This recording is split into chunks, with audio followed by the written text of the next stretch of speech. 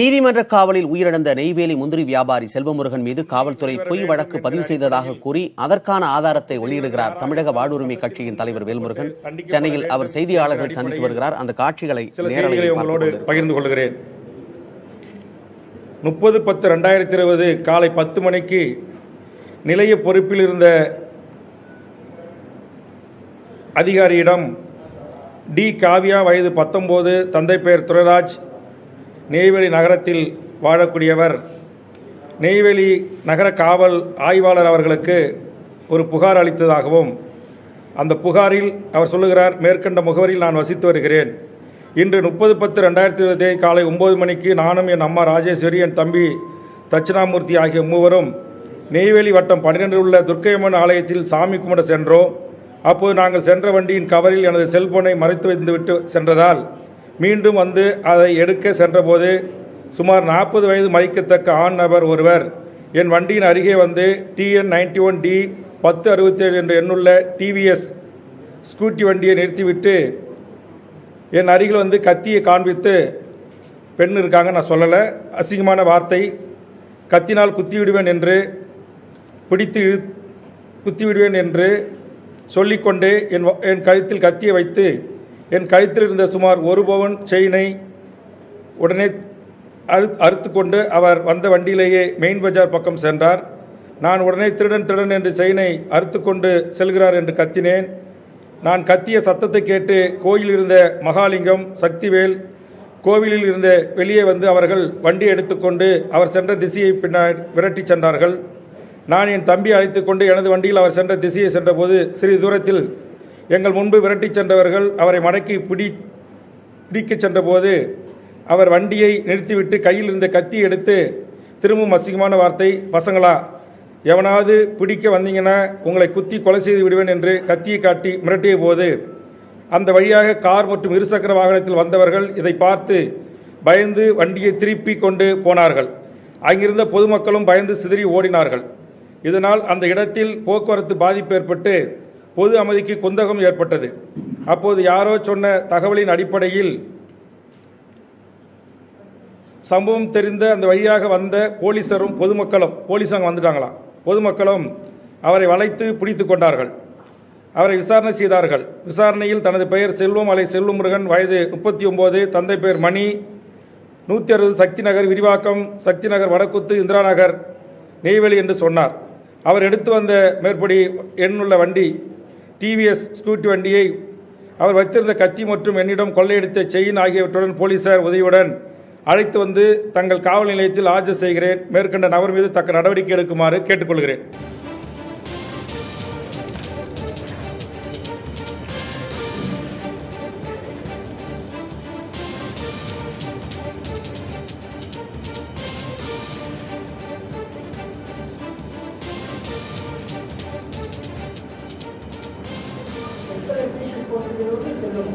செல்வமுருகன்.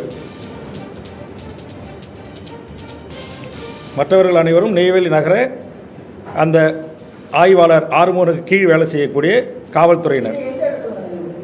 இது காவல் நிலைய எல்லைக்கு உட்பட்ட அந்த 2 நாள் வைத்து துன்புறுத்திய ராணி என்கிற அந்த விடுதிக்கும் அருகாமையில் இருக்கிற ஒரு நகைக்கடை. இந்த நகைக்கடையில் தான் செல்வம் அவர்கள் 20 ஆண்டுகளுக்கு மேலாக நகை எடுப்பது, நகை அடகு வைப்பது, அவருடைய அந்த முந்திரி பிஸ்னஸ் ஏற்றுமதி இறக்குமதிக்கு தேவைப்படுகின்ற போதெல்லாம் வீட்டில் இருக்கிற குழந்தையினுடைய ஒரு என்ன சொல்லுவாங்க செயின் முதற்கொண்டு மோதிரத்தை முதற்கொண்டு அடகு வச்சு தேவைகளுக்கு மீட்பதும் அடகு வைப்பதும் பல நகை கடைகளை வைத்திருக்கிறார். ஏற்கனவே நான் சொல்லியிருக்கிறேன், அவர் ஒரு தொழிலதிபர், செல்வந்தர், வளர்ந்து வரக்கூடிய ஒரு தொழிலதிபர். அதற்கு சாட்சியாக ministry of commerce and industries மினிஸ்டரில் அவருடைய தந்தை மணி, மிஸ்டர் மணி ட்ரேடர்ஸ் என்கிற பெயரில் இந்திய அரசில் பதிவு செய்யப்பட்டு முந்திரி ஏற்றுமதி இறக்குமதிக்கான சான்றிதழ், இது மத்திய அரசினுடைய சான்றிதழ். இவர் திருடன் அல்ல, இவர் ஒரு வளர்ந்து வருகின்ற இளைய தொழிலதிபர். இதற்கான பதிவு செய்யப்பட்ட சான்று ஆவணம். 2வது, தொடர்ந்து இவர் கோடிக்கணக்கில் முந்திரி பிசினஸ் ஏற்றுமதி இறக்குமதி செய்கிறார் என்பதற்காக அக்சஸ் பேங்கினுடைய ஒரு ஸ்டேட்மெண்ட் கடந்த 2018-19 கோடிக்கணக்கில் 1 கோடி ரூபாய் ஃபர்ஸ்ட் எடுத்து பார்த்தீங்கன்னா உங்களுக்கு தெரியும். செல்வத்துடைய பெயரில் திரு செல்வம் காணாமல் அவருடைய பேரில் அவருடைய கம்பெனி பேரில் இருக்கிற ஸ்டேட்மெண்ட்டு, பேங்க் அக்கௌண்ட், அது எல்லாமே இன்கம் டேக்ஸ், இது பேங்க்னுடைய ஸ்டேட்மெண்ட். செல்வம் மத்திய அரசுக்கு தொடர்ந்து வருமான வரித்துறைக்கு அந்த இன்கம் டேக்ஸ் என்று சொல்லக்கூடிய அந்த வரியை கட்டி இருப்பதற்கான சான்று ஆவணங்கள் எல்லாமே என்கிட்ட இருக்கு. நீங்க எதை கேட்டீங்கனாலும் நான் தர தயாரா இருக்கிறேன். அடுத்தது சிட்டி யூனியன் பேங்க், அவர் முறையா ஏமாத்தாம திருடாம பொய் சொல்லாம அக்கௌண்ட்ல தான் ப்ராப்பரா அந்த தொழிலை அவர் செஞ்சுட்டு வரார். மேற்படி செல்வம் இந்த கொரோனாவுக்கு முன்பு வரை அவர் வெளிநாடுகளிலிருந்து முந்திரி இறக்குமதி செய்யப்பட்டு அது தற்போது இலங்கையிலிருந்து தூத்துக்குடி போர்ட்டுக்கு வந்திருப்பதாகவும் கிட்டத்தட்ட ஒரு 9 கண்டெய்னர், இந்த 9 கண்டெய்னர் எத்தனை டன் என்பதை ஏற்கனவே உங்களுக்கு படித்து காட்டினேன் கடந்த பத்திரிகையாளர் சந்திப்பில்.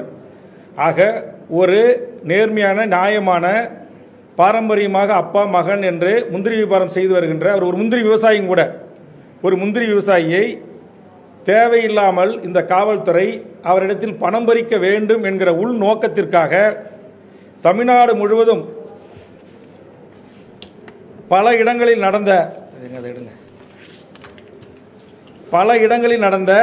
நான் கொடுத்தது இவங்க என்ன செய்யறாங்க, உதாரணத்துக்கு சத்தியம் தொலைக்காட்சியில் இதை குறித்து ஒரு டிபேட் நடத்துறாங்க.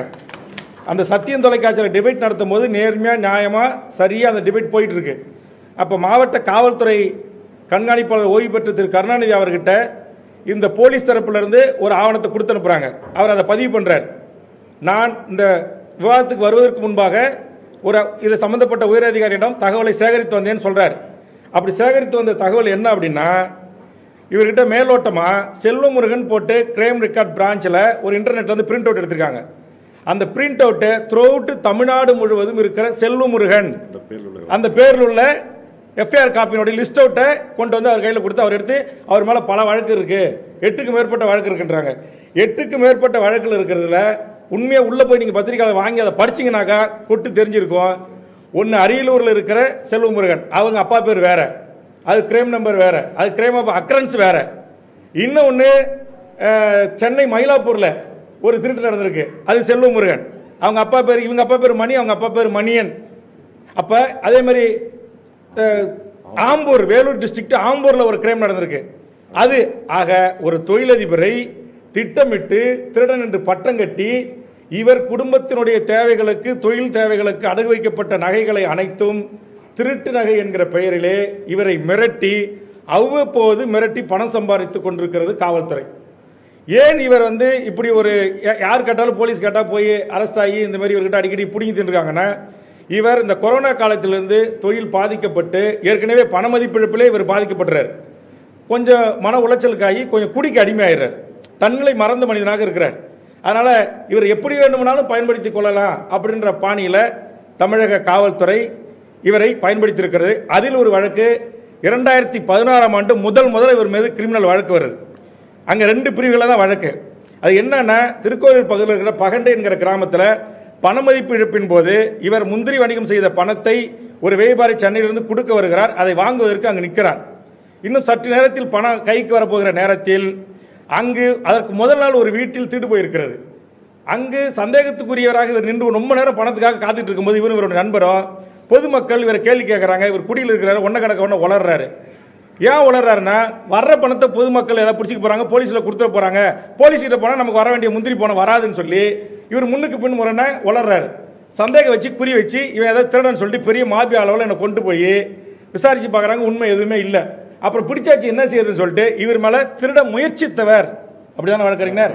செக்ஷன் என்ன 594 354 511 354 511 என்கிற ஒரு 2 பிரிவு போட்டு சிறைப்படுத்திடுறாங்க. அது ஒரே ஒண்ணுதான் இவர் மேல போடப்பட்ட உண்மையான எஃப்ஐஆர். உண்மையான எஃப்ஐஆர் மீன்ஸ் சந்தர்ப்ப சூழ்நிலையால் அவர் மீது விழப்பட்டது. அதை தவிர தமிழ்நாட்டில் எந்த மூலையிலும் அவர் மீது வழக்குகள் இல்லை. இது இல்ல, நான் சொல்றேன், லாஸ்ட் 10 months பிசினஸே நடக்கல. அவர் டோட்டலி கொரோனா வந்த பிறகு அந்த பிசினஸ் குறித்து அவருக்கு எந்த இன்கம் ஆஃப் சோர்ஸ் எதுவுமே இல்லை. ஆனால் 2019 இறுதியில் இவர் ஒரு 50 லட்ச ரூபாய் பணம் கட்டி இம்போர்ட் பண்ணிட்டார் முந்திரி கொட்டையை. அது 9 கண்டனர் இவர் மைத்துனர் இவருடைய நண்பர்கள் சேர்ந்து அதுதான் இப்ப போர்ட்டில் இருக்கு. அதற்கான ஆவணங்கள் எல்லாம் என்கிட்ட இருக்கு, நான் தரேன்.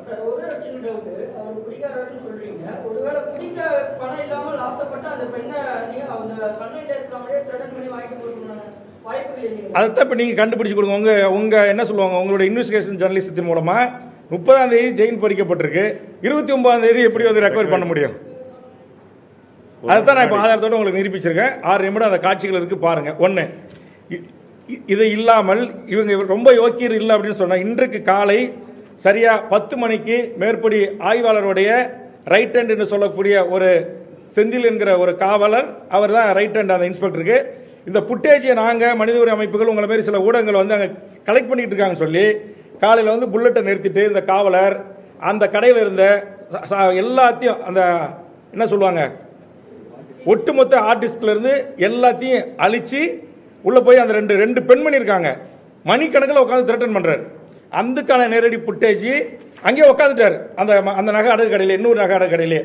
ஏன்னா இந்த நகை அடகு கடையில் இருந்து தான் இவங்க 28ஆம் தேதி இல்லீகலாக ராணி ஹோட்டலுக்கு கொண்டு போறது, இறங்குறது, இவங்க மனைவி வந்து போய் போலீஸ் பேச்சுவார்த்தை பண்றது, 5 லட்சம் கேட்கறது, எல்லாம் இந்த அடகு கடை புட்டேஜில் தான் பதிவாயிருக்கு. அதை ஏற்கனவே போலீஸர் கைப்பற்றிட்டாங்க, காப்பி பண்ணிட்டு போயிட்டாங்க. ஆனால் ஹார்ட் டிஸ்கோட அழிக்கிறதுக்கு இன்னைக்கு நான் வர இறங்கிட்டேன், நான் எடுத்து இன்னைக்கு பத்திரிகையாளர் சந்திக்க போறேன் அப்படின்றத தெரிஞ்சுக்கிட்டு இன்னைக்கு காலையில் போய் திரும்பவும் அந்த நகை கடை 2 பெண் உட்காந்துருக்காங்க உள்ள, அவங்கள போய் த்ரெட்டன் பண்ணி அவங்கள போய் மிரட்டி அந்த ஆர்டிஸ்டை கைப்பற்றி முற்றுமுழுமாக அழித்துடிக்கிற வேலையில் செஞ்சிருக்கிறாங்க. ஆக தவறு மேல தவற திரும்ப அவர்கள் செய்து கொண்டிருக்கிறார்கள். இப்ப நான் பத்திரிகை ஊடக நண்பர்களுக்கு எல்லாவற்றிற்குமான ஆவணங்கள் இருக்கு. இன்னும் சொல்ல போனால் நேரடியாக செல்வத்தை காவல் நிலையத்தில் வைத்து தாக்கி அவர் உயிரிழப்புக்கு காரணம் என்ன என்பதை குறித்து அவர் எப்படி கடந்தாரு, எப்படி அடிச்சாங்க அப்படின்றதை கண்கண்ட நேரடி சாட்சிகள் மேற்படி 30ஆம் தேதி 29 நள்ளிரவில் இருந்து வைத்து காவல் நிலையத்தில் அடித்து சித்திரவதை பண்ணி தண்ணீர் என்று அவர் கதறிய போது கூட தண்ணீர் தர மறுத்து அவர் அடித்து அந்த இன்ஸ்பெக்டர் எட்டி உதைத்தார் என்கிற அந்த சாட்சியை நாங்கள் பதிவு செய்திருக்கிறோம். அது விரும்புனீங்கன்னா அந்த சாட்சி, காலை போய் புட்டேஜியை மிரட்டி கேட்கிற சாட்சி, எல்லா சாட்சிகளும் இருக்கு. நேரம் இருந்ததுன்னா பாருங்க. நன்றி. இரண்டாவது, அந்த 2 பேருடைய நடந்த விரிவாக்குற நீங்க வந்து அப்புறம் அதிக நேரம் சொல்லக்கூடாது. நான் உங்களுக்கு பிளே பண்றேன், நீங்க அதில் குறிப்பிட்டு வேணுங்கிறத வேணுமா நீங்க ஷார்ட் பண்ணி எடுத்துங்க. காவல் நிலையத்தில் அந்த சாட்சிகள் 2 சாட்சிகள், கார்த்திக் அண்டு, ஏன்னா இப்போ வந்து நீங்கள் கேட்டதால் அதை நான் கொடுக்குறேன். இது வந்து நீதிமன்றத்தை தான் ஒப்படைக்கணும். ஏன்னா இவர் மிரட்டப்படலாம், நாளைக்கு இவர் உயிருக்கு ஆபத்து இருக்கும். சரி, ப்ளே பண்ணுங்க, பரவாயில்ல.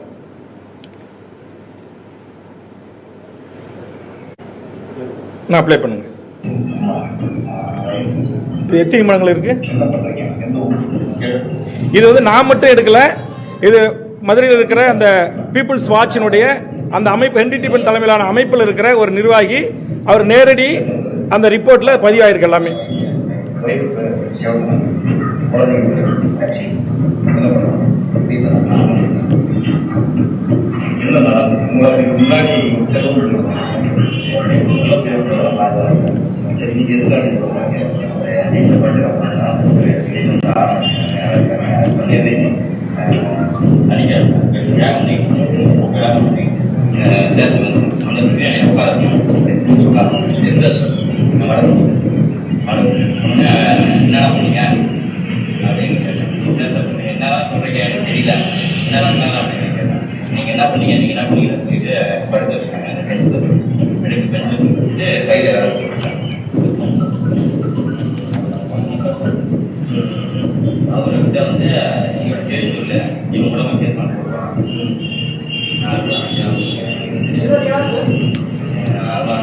இவர் வந்து அந்த இன்ஸ்பெக்டர் அதே 29 நைட்டு வேறொரு வழக்குக்காக ஒரு கிராமத்தில் போய் 5 பேரை தூக்கிட்டு வந்து காவல் நிலையத்தில் வச்சு அடிச்சு சித்திரவதை பண்றாங்க அப்படின்றத 2 நாட்களுக்கு முன்பு நான் ப்ரீஃப் பண்ணியிருக்கேன். நீங்க இன்னைக்கு வந்திருக்கீங்க நினைக்கிறேன், அதனால பழைய வரலாறு உங்களுக்கு தெரியல, அதனால உங்களுக்கு போட்டு காட்டுறேன்.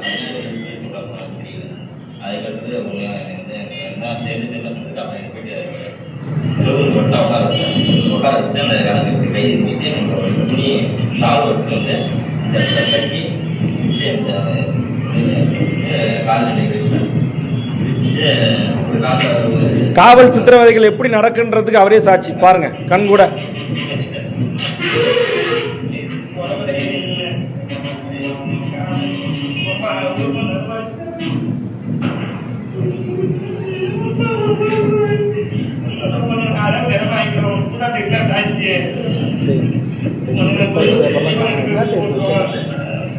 செக் பண்ணுங்க.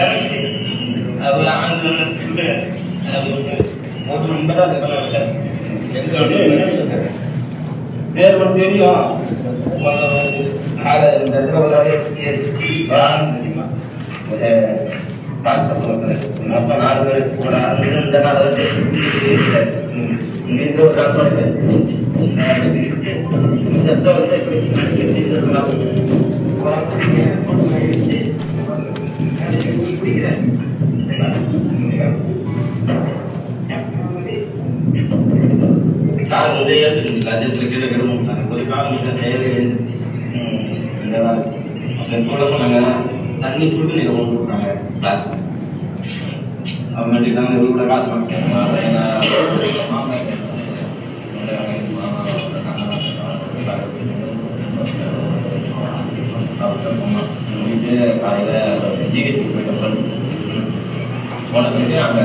ஒரு கால் அடிச்சு உடைச்சிட்டாங்க காவல் நிலையத்தில். இவங்க அப்பா அம்மா அந்த ஊருக்காரங்க என்கிட்ட தூக்கிட்டு வராங்க. நான் உடனே எஸ்பிக்கு ஏஎஸ்பிக்கு ஃபோன் பண்ணி சொல்கிறேன். உடனே இவரை வந்து பண்ருட்டி ஜிஹெச்சில் அட்மிட் ஆக சொல்லி அனுப்புகிறேன். உடனே இந்த போலீஸார் பண்ருட்டி ஜிஹெச்சில் இருந்த இவர் நம்பரை வாங்கி கலெக்ட் பண்ணி மிரட்டி அடுத்த 5 நிமிஷத்துக்கு நீங்கள் வரணும், இல்லைனா உன்னை கொண்டுருன்னு சொல்லி மிரட்டி டிஸ்சார்ஜ் பண்ணிட்டாங்க. அவருடைய கால் ஹிஸ்ட்ரி எடுத்துனா எந்த அதிகாரி பேசினாங்கிறது உங்களுக்கு கிடைக்கும். விரைவில் அதையும் எடுத்து உங்களுக்கு தரேன்.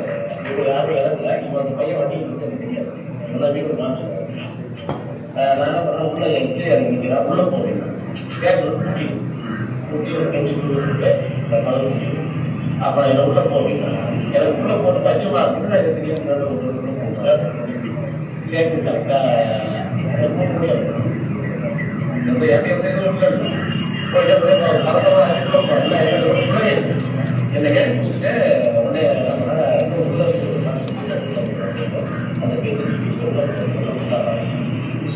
அப்புறம் என்ன இந்த காரணம் கொண்டே போயிட்டு நான் உள்ள போறேன். அந்த செல்வம் அப்ப என்ன பண்ணேன்,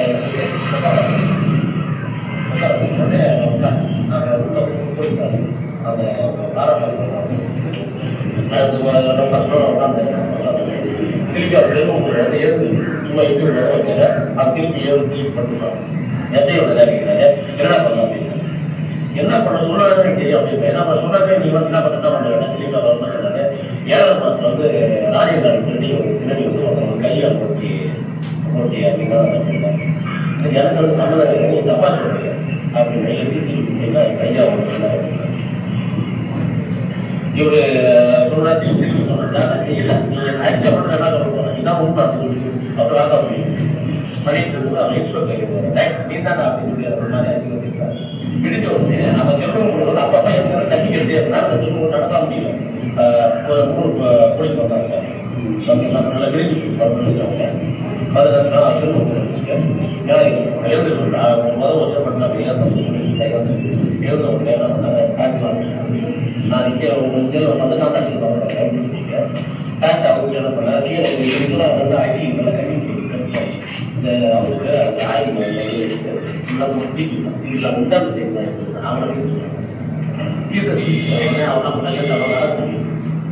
உடனே டீ கொடுத்து மாத்திரை கொடுத்தாங்க. மாத்திரை கொடுத்து காலையில் இது நடக்குது எத்தனை மணிக்கா ஒரு 6 மணி. அப்ப என்ன பண்ண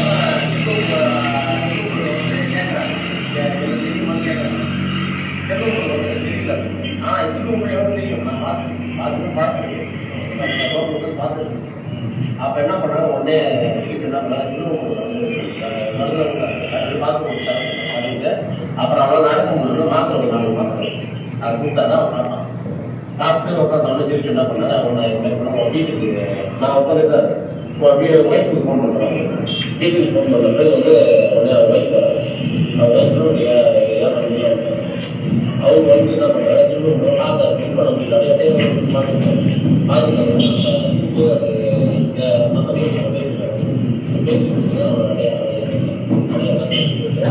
அவரால் வந்து படிவெல்லாம் பேசி காட்டணும். அந்த கையில் அவங்க ஏதாவது தூக்கிட்டு அடையாளம். ஆனா நல்ல அடி பார்த்தீங்கன்னா அடிச்சு அப்படியே சார் நல்லா பார்க்கணும் எங்களோட டிஃபரெண்ட் சும்மா ஒரு ஒன்றரை டிஃபரெண்ட் அதை பார்த்து நம்ம தமிழக வாழ்வுரிமை கட்சியின் தலைவர் வேல்முருகன் செய்தியாளர்களை சந்தித்து வருகிறார். களத்தில் செய்தியாளர் ஸ்ரீதர் இருக்கிறார். ஸ்ரீதர், என்னென்ன ஆதாரங்கள் எல்லாம் சொல்றாரு? இப்ப அந்த வீடியோல என்னெல்லாம் பேசிக்கிட்டு இருக்காங்க? எங்களால தெளிவா கேட்க முடியல, சொல்லுங்க. குறிப்பாக செல்வமுருகன் என்பவர் முந்திரி வியாபாரம் செய்ததாகவும் அவர் மீது பொய் வழக்கு போட்டுதான் காவல்துறை அவரை கைது செய்ததாக பல்வேறு குற்றச்சாட்டுகளை தொடர்ந்து தமிழக வாழ்வுரிமை கட்சியை சேர்ந்த வேல்முருகன் வைத்து வருகிறார். அவரது குடும்பத்தினரும் வைத்து வருகிறார்கள். இதில் குறிப்பாக செல்வமுருகன் என்பவர் காடாமலூர் பகுதியைச் சேர்ந்தவர். இவர் நெய்வேலி நகர போலீசாரால் கடந்த 30ஆம் தேதி கைது செய்யப்படுகிறார். அதன் பிறகு அவர் விருத்தாச்சலம் கிளை சிறைச்சாலை அடைக்கப்பட்ட பிறகு அங்கு அவருக்கு பிட் வந்ததாகவும் அதன் பிறகு அவர் மருத்துவமனை கொண்டு செல்லப்பட்டதாகவும் 4ஆம் தேதி சிகிச்சை பலனின்றி உயிர்ந்ததாக காவல்துறை தரப்பில் சொல்லப்பட்டது. ஆனால் அவரது குடும்பத்தினர் அதை மறுத்து காவல்துறை கிட்டத்தட்ட 28ஆம் தேதி அவரை கைது செய்து இன்னும் நூற்றுக்கணக்கான ஆவணங்கள் இருக்கு. எல்லாவற்றிற்குமான நேரடி சாட்சியும் சிசிடி புட்டேஜ்களும் இருக்கிறது. இன்றைக்கு காலை மேற்படி இன்னும் இருக்கிற குறை நிறை சாட்சியங்களை முற்றுமுறமாக அழிப்பதற்கு அந்த ராணியன் ராணி 2 நாள் அறையில் 2 அறை தங்க போட்டிருக்கிறாங்க. 2 அறையில் தங்க வச்சிருந்து இப்படி ஒரு மோசமான தாக்குதல் அவர்கிட்ட நடத்தி அவர்கிட்ட இருந்து லட்சக்கணக்கில் பணம் பறிக்க ஒரு திட்டமிட்டு இருக்கிறாங்க. இதை எழுத்துமே இருக்கிற ஒரு அடகு கடையிலிருந்து எல்லா புட்டேஜ்லையும் பதிவாயிருக்கு. இதை தான் கடந்த 1 வார காலமாக போய் உட்காந்து நேரம் கிடைக்கும் போதெல்லாம் அதுலேருந்து எல்லாத்தையும் எடிட் பண்ணி கடைசியில் இப்போ இன்னைக்கு மிச்சம் எதை இருக்கு, நாங்கள் எங்களுடைய டீம் போய் கைப்பற்ற போறாங்கன்னு சொல்லி அந்த டவுன்ஷிப்னுடைய காவல், அந்த ஆய்வாளர் குழந்தையாக இருக்கக்கூடிய ஒரு காவலர் மணிக்கணக்கில் அந்த நகை கடையில் 2 பெண் தான் இருக்காங்க. அந்த புட்டேஜ் போடுங்க. இந்த 58 செகண்ட் இருக்கும் பாருங்க. அது பல மணி நேரம் இருக்கு. அதில் உங்ககிட்ட ஒரு 58 செகண்ட்ஸ் மட்டும் காட்டுறேன். இது இன்னொரு நகை கடை.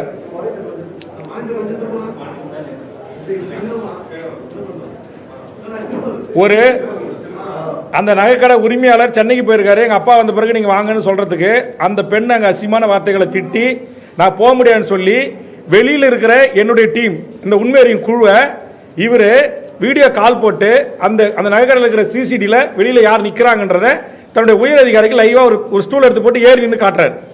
அதுல பாருங்க எப்படிலாம் தப்பு செஞ்சுட்டு அந்த தப்பை மறைக்க எப்படி மேலும் மேலும் தப்பு செய்யறாங்க. இப்படிப்பட்ட நேர்மை மிக்க கண்ணி மிக்க காவலர்கள் மீது ஒரு நடவடிக்கை இல்லை. அந்த ஆய்வாளர் கடலூர் மாவட்ட நெய்வேலி டவுன்ஷிப் ஸ்டேஷன்ல இருந்து பக்கத்து ஸ்டேஷனுக்கு டிரான்ஸ்பர், ஓடி ஸ்டேஷனுக்கு. இது என்ன ஒரு கொடுமை பாருங்க. இதான் தமிழக அரசு, முதலமைச்சர், காவல்துறை கையில் வச்சிருக்கிற முதலமைச்சர் அப்பாவி மக்களை கொண்டு போய் அடித்து கொலை செய்கின்ற கொலைகாரருக்கு காப்பாற்றுவதற்காக இது நாள் வரையில் ஒருவர் மீது கூட ஒரு சஸ்பெண்ட் கிடையாது, ஒரு கைது கிடையாது.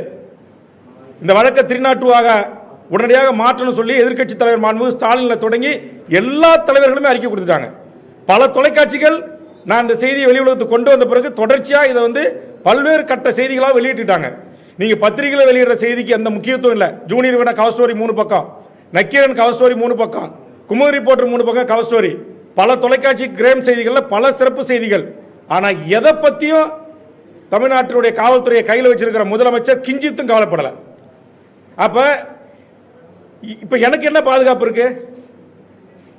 இந்த இன்னும் சொல்ல போறாங்க. சில நண்பர்கள்லாம் காவல்துறை நண்பர்கள் வரிஞ்சு கட்டிட்டு முகநூல்ல எழுதுறாங்க. ஏதோ 2 காவலர் தப்பு செஞ்சா ஒட்டுமொத்த காவலர்கள் மீது குற்றம் சொல்லி நான் சொல்லுகிறேன். 2 காவலர் மட்டும் இல்ல, நான் கேட்பது காவலர் குடும்பத்திற்காகத்தான் நான் நீதி கேட்கிறேன். செல்வத்தினுடைய மனைவி பிரேமனுடைய அப்பா ஒரு காவல் அதிகாரி, அவருடைய செல்வத்துடைய மைத்தனர் பிரேமனுடைய உடன் பிறந்த சகோதரர் அவர் ஒரு காவல் நிலையத்தில் காவல் பணி செய்து கொண்டிருக்கிறார். நான் தமிழ்நாடு காவல்துறை இருக்கிற 1 லட்சத்துக்கு மேற்பட்ட உயரதிகாரிகள் தொடங்கி சாதாரண நேற்று நியமனம் செய்யப்பட்ட சாதாரண கான்ஸ்டபிள் என்று சொல்லக்கூடிய காவலர் வரை நான் சொல்லுகிறேன், நான் ஒட்டுமொத்த காவலர்களுக்கு எதிரி அல்ல.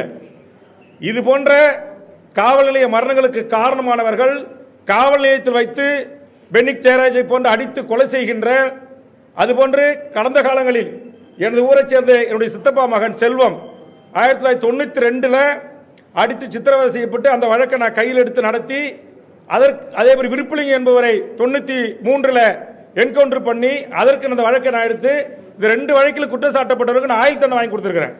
அதை வாங்கி தந்தது சாதாரண ஏட்டையாவுக்கு இன்ஸ்பெக்டர் ஐயாவுக்கு இல்ல, இந்த மாவட்டத்துடைய காவல்துறை கண்காணிப்பாளராக இருந்த 2 காவல் கண்காணிப்பாளர் எஸ்பி, இந்தியாவுடைய வரலாற்றில் 2 எஸ்பி